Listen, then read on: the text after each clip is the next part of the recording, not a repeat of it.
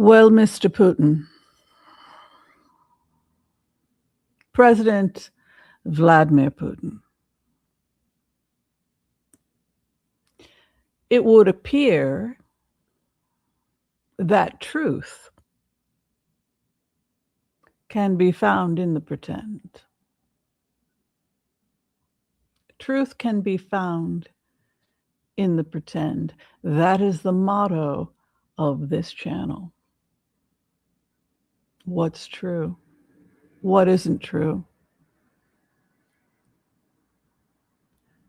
Prior to the 2013 elections, I believe it was in 2013, was it 2014 when Trump was elected? Or was it later than that? I can't remember. It's all a blur.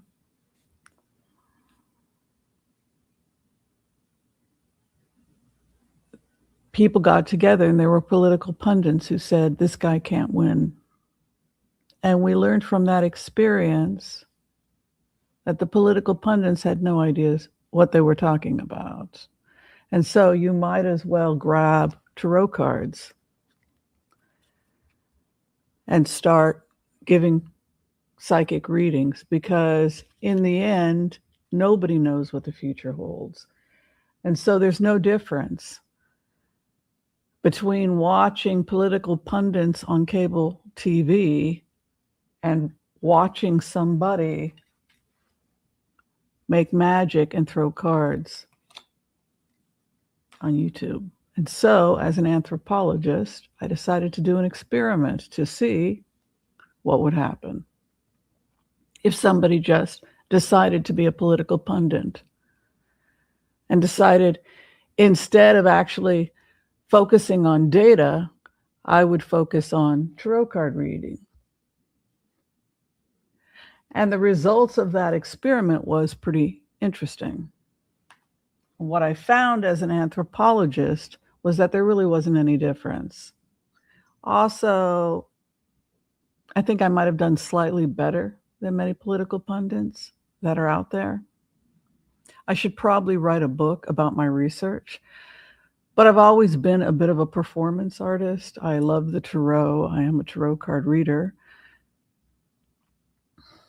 And I paid my way through college doing tarot card readings. But the idea of making a political statement that clearly nobody got the joke. Nobody got the joke. That's the joke. That's the political statement I was making. And I don't think it's a good use of my time to watch people debate on cable TV. I think a better use of my time personally is to look at data collection and to move away from party politics and cable TV, which has not been good for the health of the country. And I can say that as a medical anthropologist, trying to create systems that are healthy. So I want to say that first. And so I say, in the spirit of the Oracle of Whimsy, my alter ego, that you, Mr. Putin, have come to the end of the road.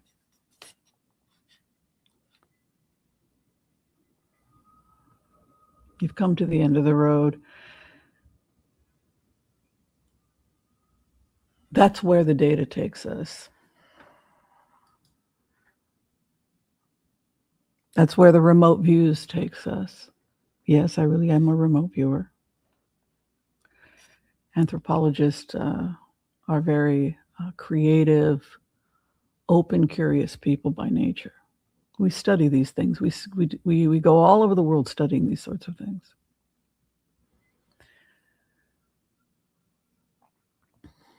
Mr. Putin, you've reached if you receive this message, and I pray you do, and I believe you will, you've come to the end of the road. I'm sorry, sir, but you've come to the end of the road. The party is over. We're in the middle of phase 5, and it will probably go for another month or so. And that also tells me that we are in the middle of phase 4. That is what the data tells us. The data tells us, sir, that you are at the end of the road. And because you are at the end of the road, I strongly encourage you to take the deal that Mr. Zelensky offered you when he asked you to create an oasis zone in the Donetsk, a place for peaceful people, a place for peaceful people.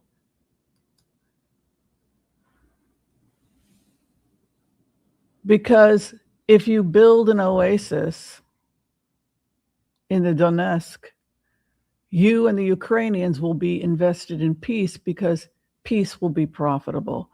This is the new paradigm shift, sir. This is the new paradigm. This is where we are headed, sir. And if you do not want to be part of that new road, sir, we have to remove you. And so you are going to be squeezed, sir, by those people who want this new trade route. This new trade route of peace zones connected by roads of trade, transportation. And if you don't get out of the way, if you don't participate, you will be removed from that road. You will be removed. You will be removed just like the supreme leader of Iran was removed, because the supreme leader of Iran is not a team player, sir. And because the supreme leader didn't want to play the game, the supreme leader was removed. That is what we are saying to you, sir. We are saying to you that you need to take the deal if you want to survive, because this is the only deal that's on the table at this point. We know that you're going to be pressured to take the deal because we know who has invested in this deal, sir. That's why we know you will take this deal.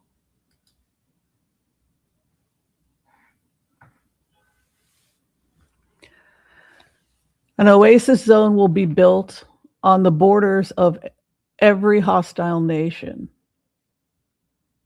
that has if there is a hostile border, that is where we want to place our oasis zones. If you succeed in creating economic stability in your oasis zone, then we will connect you to the greater honeycomb of zones. When you enter into the zone, you are making a covenant and an agreement to everyone else that when you enter that zone, you will not try and push your religion on anybody else. You won't try and threaten someone's. There will be no violence inside the zone, or you will not be allowed inside the zone.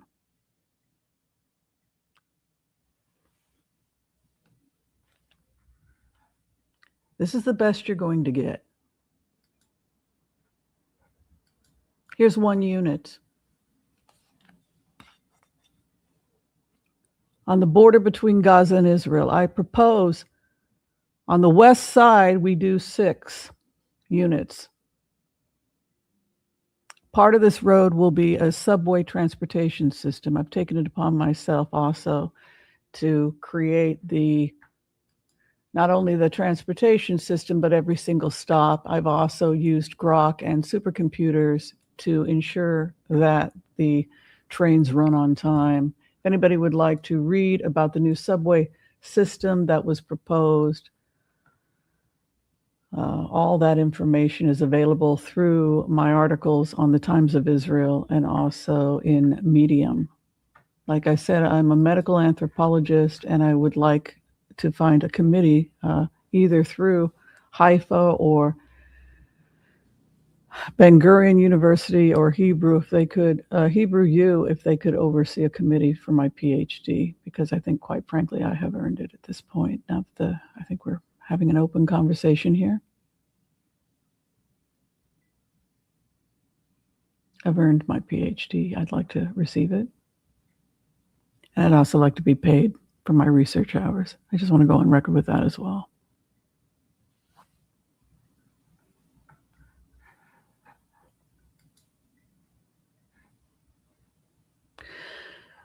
If we do this, and I think we can do this, we could extend also into the seas, tagging boats in oasis zones. This would be better for the environment because those people who commit to being part of the oasis zones would also commit to the environment. This would be better for the people of Gaza, the Palestinian people, because it would increase their fishing rights.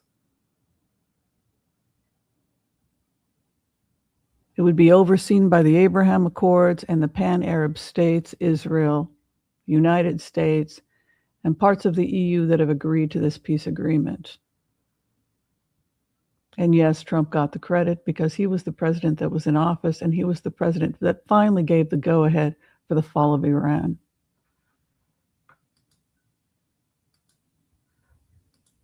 Which was necessary in order to make this happen.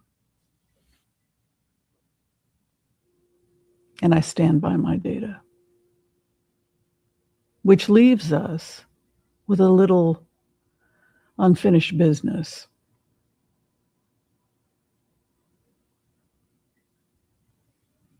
We have some unfinished business, don't we?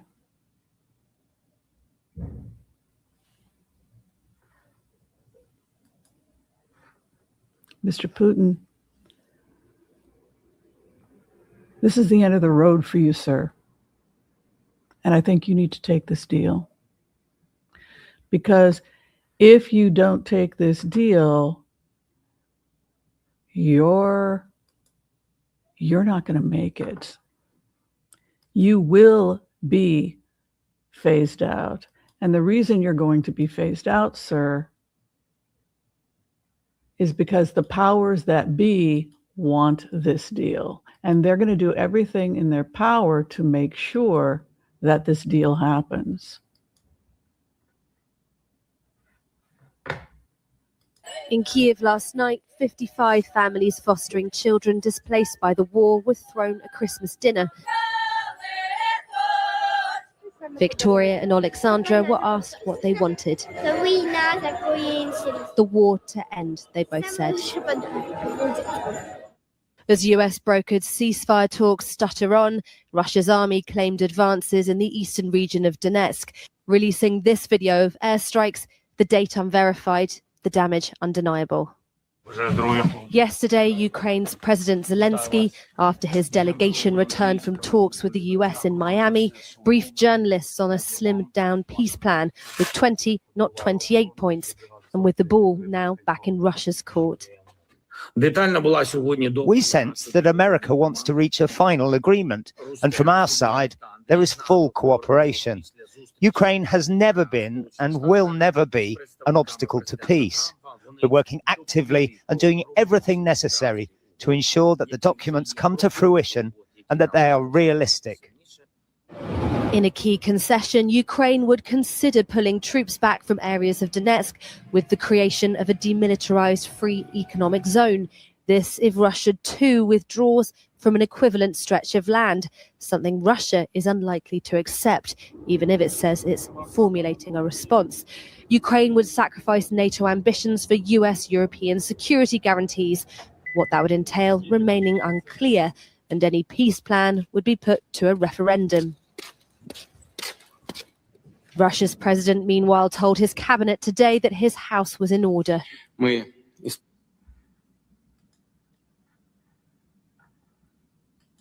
Sir, with all due respect, your house is not in order. I propose something different.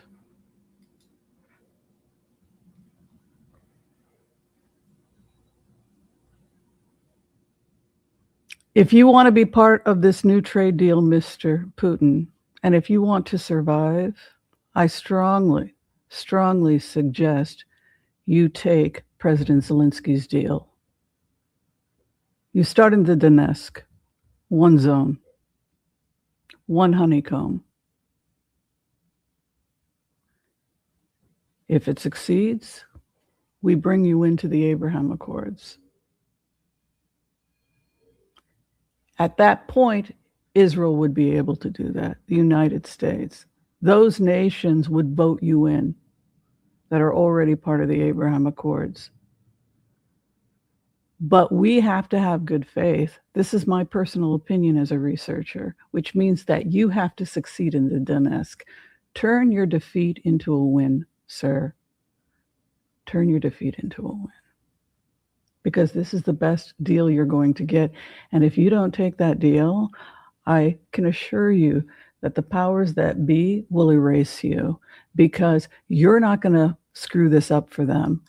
These people want this. These people want the Abraham Accords. They want this new trade route, and nobody is going to get in the way, including Iran. They will wipe Iran off the map.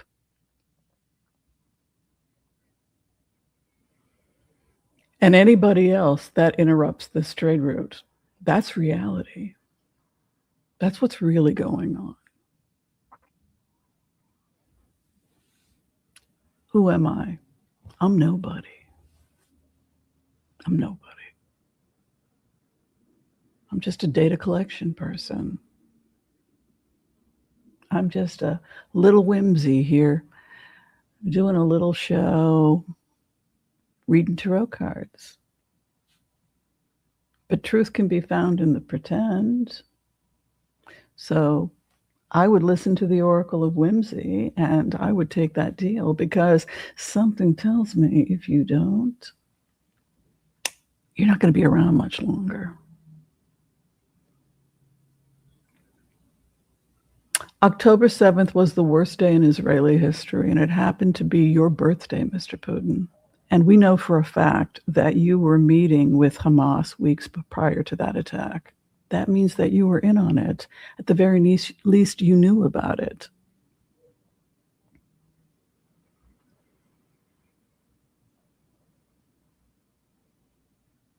Everybody that was a part of that attack is going to be taken care of by the great state of Israel.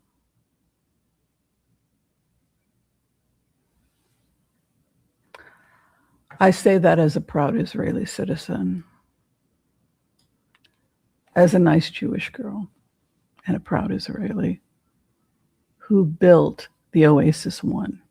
I built it. That's my thesis. That's my dissertation, and I hope the AA can use it. I also hope they'll cover my research hours. But it is my opinion, sir, that this is the end of the road for you, and that you should take this deal. We end at 18 minutes. Thank you. Thank you, everyone, for watching.